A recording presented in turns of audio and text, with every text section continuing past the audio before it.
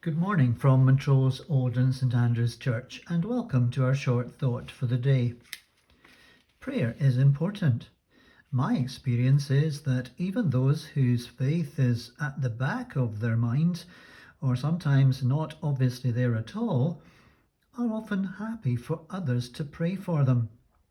They expect Christians to pray and to pray for their neighbours. Yes, you've to be able to read the situation and not go in with tackety boots, but with a little sensitivity and discretion, the offer to pray for someone is usually welcomed, particularly if they're going through a difficult time.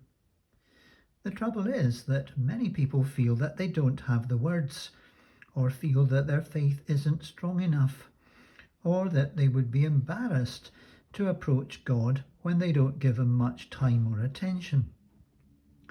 But Jesus indicated time and again that the door was open, and you get the impression that God is much more willing to hear our prayers, faltering though they might be, than we are to offer them. He promises us his Spirit to help us. But what happens when we feel we've prayed, but the answers aren't forthcoming? Do we feel let down by God, or feel that our prayers weren't good enough? Jesus tells a parable about an unjust judge who refuses to grant a widow her petition. She persists, with little sign of getting anywhere. Eventually, the judge decides to grant her petition simply to get rid of her. Not that there's any suggestion that that is how God operates, but the parable is offered to encourage us to persist in prayer, to keep at it. It's not that we thereby twist God's arm, but more that we are given scope to exercise our faith, perhaps for us to gain more understanding of God's purposes in the situation, possibly for our outlook to change, for us to share our prayers with others, asking them to pray with us, so that when the prayers are answered, others can join in the thanks.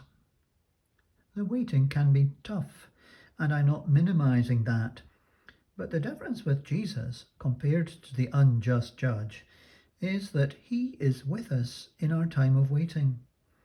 I will be with you always, even to the end of the age. We may not always feel his presence, especially if we're under a cloud because of circumstances, but we can rely on his love underpinning us.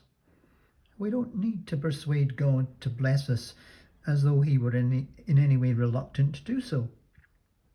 But there might be very good reason why he wants us to wait and persist for our sakes. So, pray and go on praying. Enlist the support of others to join you in prayer. But don't lose heart. God delights to give good things to his children. And if there are reasons why we need to wait or persist in prayer, you can be sure that they will be good ones. It's good to pray. Don't give up. Thanks for joining us. May the Lord bless you. Amen.